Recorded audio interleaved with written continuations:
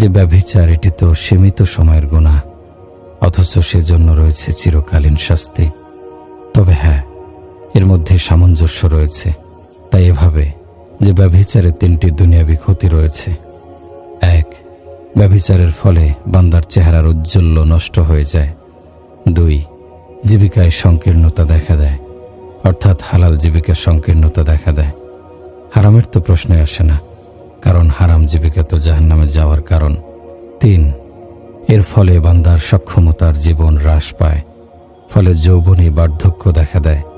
যেমন অনেক যুবককে দেখা যায় যে বয়স 30ও হয়নি, অথচ বলে চোখে দেখে না, কম দেখে, কোমর ব্যথা করে।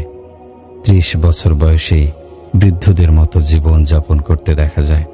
আর পরকালীন 3টি ক্ষতি রয়েছে। 1. এর ফলে বান্দার হিসাব কঠিন হয়। 2. আল্লাহ তাআলা তার প্রতি ক্রুদ্ধ থাকেন। 3. ব্যভিচারী চিরকাল জাহান্নামের শাস্তি ভোগ করবে।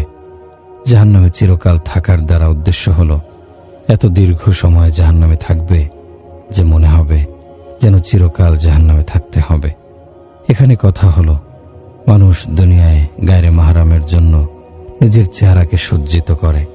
নারী হলে সে গায়রে মাহরাম পুরুষের জন্য নিজেকে সজ্জিত করে, আর পুরুষ হলে গায়রে মাহরাম নারীর জন্য